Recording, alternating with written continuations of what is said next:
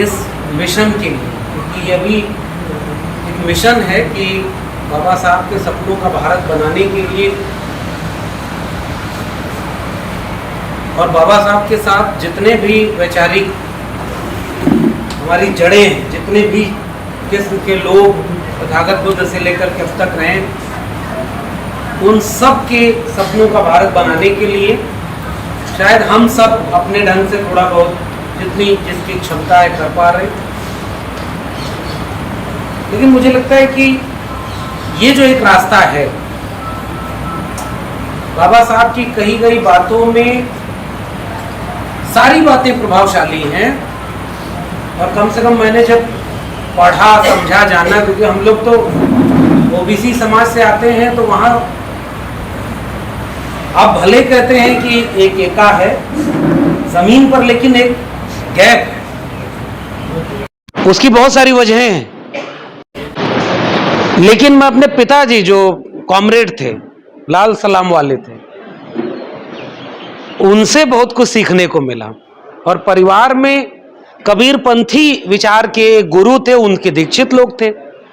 तो फायदा ये हुआ कि हमारे घर में कभी किसी देवी देवता की तस्वीर ही नहीं थी, तो आधा काम वहां से हो गया। कोई कर्मकांड नहीं, मैंने अपनी माँ को कभी कोई इस तरह का व्रत करते ही नहीं देखा। तो एक वो जो निर्गुण परंपरा चली आ रही थी, संत परंपरा चली आ रही थी, उसकी वजह से, और दूसरा पिताजी कॉमरेड थे, तो वो लोग वैसे ही धर्म विरोधी लोग होते हैं। लेकिन पिताजी के साथ जब ये बात समझ में आई, जैसे मैं एक किस्सा सुना रहा हूं, पता नहीं विषय अंतर होगा, 2-4 मिनट में ही अपनी बात रख दूंगा, कि वो हमारे घर पे 3-4 लोग पिताजी के दोस्त आए, तो उसमें एक मुसलमान थे, एक दलित थे, और 2 लोग रहे होंगे। तो वहां 2 कप जो था वो अलग आया। अब आप सोचिए, जहां धर्म के देवी देवता की तस्वीरें नहीं है, वहां कोई कर्मकांड नहीं है, लेकिन ये था, कप अलग था। और मुझे आज भी याद है, मैं बहुत छोटा था, तो आंगन में ले आकर के पिताजी पूछे कि ये नया नया कप आया है, ये अलग क्यों है, बाकी सबको स्टील में, वो शीशे वाले में। तो माँ ने कुछ नहीं बोला, हमारी चाची और बड़े बुजुर्ग दादी थी, तो उन्होंने कहा अरे सबको इसी बर्तन में। और मुझे इतना ही याद है कि पिताजी ने वहीं वो कप छोड़ा और वो टूट गया। तो उन्होंने कहा कि आइंदा ये कभी अगर हुआ तो हम हर बर्तन तोड़ डालेंगे। तो मुझे नहीं पता कि इस चीज का, लेकिन मुझे याद है कि ये चीज थी। बहुत कोई गांव में, उत्तर प्रदेश के गांव में नहीं कोई, न इतनी किताबें पढ़ा होता है, न इतना जागरूक होता है, लेकिन उन्होंने फिर वो बाबा साहब से परिचय कराया, भगत सिंह से परिचय कराया। ये एक पृष्ठभूमि में मैं केवल इसलिए बता रहा हूं कि मैं पिछले दिनों जब नागपुर गया, महाराष्ट्र गया, और महाराष्ट्र में तो देखा कि बहुत ये जो सामाजिक आंदोलन है, सामाजिक न्याय का आंदोलन है, बहुत मजबूत है। कोई बस्ती ऐसी नहीं है जिसमें एक कोई बौद्ध विहार ना हो, स्कूल ना चल रहा हो, लोग अपना स्कूल दिखाने जाते हैं। छोटा ही सही बौद्ध विहार बना हुआ है उनके यहाँ, वो एक सांस्कृतिक आंदोलन है पूरा वहां पर। वहां मैं उन लोगों से भी एक चीज पूछ रहा था, और सर यहां भी बस एक जिज्ञासा बस से रख रहा हूं, दलित समाज आज भी, चूंकि मैं तो बार बार कहता हूं ना कि उसकी बहुत सामाजिक और सांस्कृतिक वजहें, जब उन्हें मौका मिला, जब उन्हें अपने वैचारिक लोग मिले, तो उनके साथ खड़े हैं। कई बार लोग चिंतित होते हैं कि इतने सारे संगठन क्यों बन गए। इसका नकारात्मक भी असर, सकारात्मक भी है। उसी बाबा साहब के 14 अप्रैल को जब जयंती मनाई जा रही थी, तो मैं 200 किलोमीटर की यात्रा किया, कोई ऐसी सड़क गांव नहीं दिखा जहां बाबा साहब की जयंती 4 लोग ही हों, वो न मना रहे हों। तो ये तो अच्छा था, जो जहां है वो वहीं मना रहा था। और मैंने दीक्षा भूमि से भी ये बात बोली कि काश अगर ये सारे लोग, केवल महाराष्ट्र के लोग अगर एक जगह बाबा साहब की जयंती मनाएं, तो वो तो लाखों की भीड़ हो जाती। लेकिन मीडिया उसे नहीं दिखाता, वो बिल्कुल नहीं दिखाता। वैसे ही बुद्ध विहार को लेकर के उनका एक वैचारिक आकर्षण है, और लोग बहुत शिद्दत से, मुझे अभी मैं गया था, वरुण एक जगह है महाराष्ट्र में, वहां लोग गए और उन्होंने कहा कि हमने अपने पैसे से यह बौद्ध विहार बनाया है। उस बौद्ध विहार में 4 लाइब्रेरी थी, छोटे बच्चों के लिए अलग लाइब्रेरी, बड़े बच्चों के लिए अलग लाइब्रेरी। मैं एकदम अवाक रह गया। और उन्होंने कहा कि साहब हमारे पास खेती वेती भी नहीं है, बहुत गरीब हम लोग हैं, लेकिन फिर भी ये बौद्ध विहार हम लोग 25 साल से बना रहे हैं, 25 साल से कंटिन्यू पैसा जुटा रहे थे, और अभी ऊपर वाला एक फ्लोर बन रहा था। मैंने वही एक चीज सोची, बस मैं वही एक बात यहां पर रखना चाह रहा हूं। मैंने उनसे कहा कि आप लोग के आसपास भी ओबीसी लोग होते होंगे, मैं बहुत पीछे नहीं जाता कि कब कौन ओबीसी था, क्योंकि ओबीसी की कोई पहचान तो उस तरह से ओबीसी को तो थी नहीं। फूले साहब के यहाँ वो शूद्र अति शूद्र वाली बात है, बाकी लोग अभी सम्राट अशोक की बात होती है तो आज मौर्य वंश ओबीसी में है, लेकिन उनके तो राजा हैं। बहुत तरह की डिबेट है, उसको छोड़ देते हैं। बाबा साहब के बाद वो एक हुआ ना अदर बैकवर्ड क्लास, जो जनरल में नहीं है वो ओबीसी में है, और जो अछूत नहीं थे, उसी की बात अगर कर लें तो मैं उन लोगों से यही पूछ रहा था कि मैं सोच रहा हूं, मैं भी इस सवाल का जवाब खोज रहा हूं कि ओबीसी समाज के लोग क्यों नहीं कोई एक बौद्ध विहार बनाए, या बौद्ध परंपरा को लेकर के कोई आकर्षण क्यों नहीं। मैं भी सोच रहा हूं इसको। हो सकता है इस देश के कई कोनों में बहुत, क्योंकि हमारे यहां, मैं तो उत्तर प्रदेश से आता हूं, 2-3 जातियां ओबीसी की ऐसी हैं जिन्होंने अभियान चलाया था बौद्ध धर्म ग्रहण करने का, जिसमें सबसे आगे मौर्य समाज के लोग थे। और हमारे यहां तो बहुत बड़ा आंदोलन चला सर एक जमाने में, और सबके घर में बुद्ध की मूर्तियां, वो ओबीसी थे। यादवों में यह काम पेरियार ललई सिंह यादव ने किया। ललई सिंह यादव ने, महामना राम स्वरूप वर्मा ने, इन लोगों ने अभियान चलाया और बुद्धिस्ट बनाया लोगों को। तो परंपरा है, ऐसा भी नहीं कि कोई नहीं था। लेकिन मैं ये सोच रहा हूं कि ये मिशन चूंकि इतना इतना अच्छा है, और मैं तो इसे एक और जो राजनीतिक चुनौती है, क्योंकि दरअसल वो राजनीतिक चुनौती है नहीं, वह भी सामाजिक और सांस्कृतिक चुनौती है, जो इस समय हिंदू राष्ट्र बनाने के लिए हम लोगों का इस्तेमाल कर रही।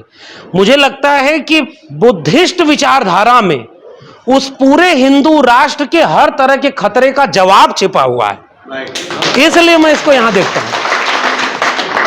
वो राजनीतिक जवाब भी है, सामाजिक जवाब भी है, सांस्कृतिक जवाब भी है, वैचारिक जवाब भी है। क्योंकि वहां तो मैंने जब पढ़ा, और इसीलिए मैं परंपरा की बात बताया कि हम लोग को भी नहीं पता था बाबा साहब के बारे में, तथागत बुद्ध के बारे में। वो वाली इतिहास की किताब पढ़ी थी जिसमें सोते हुए पत्नी और बच्चे को छोड़कर चले गए सिद्धार्थ, और लौटे तो गौतम बुद्ध होकर लौटे, इतना ही पढ़ाया गया। ये तो बाद में हमने ये पंचशील से लेकर के करुणाशील, प्रज्ञा, और जब अभी भी बहुत नहीं पढ़ा, बहुत कम पढ़ा है, बहुत कम पढ़ा है। लेकिन ये समझ में आ गया कि ये विचार हमारा विचार है, इसमें सबकी मुक्ति, सबकी शांति, सबको न्याय का। तो यही मेरा बस समर्थन है इस पूरे मिशन के साथ। मेरा अपना कोई संगठन नहीं, अभी किसी संगठन से हम लोग जुड़े नहीं है, विश्वविद्यालय में पढ़ते पढ़ाते हैं। हमारी जो भूमिका होगी, जिस भी रूप में, इस वैचारिक काम के लिए हम इसमें सहयोग करेंगे, साथ रहेंगे, क्योंकि ये दूरदर्शी लिहाज से वह भारत बनाने का है जो असल में सबका भारत होगा। इसलिए मैं इस मिशन मूवमेंट के साथ हूं, और वही मेरा एक सवाल था, इसे मैं भी जवाब खोज रहा हूं, आप भी लोग खोजें।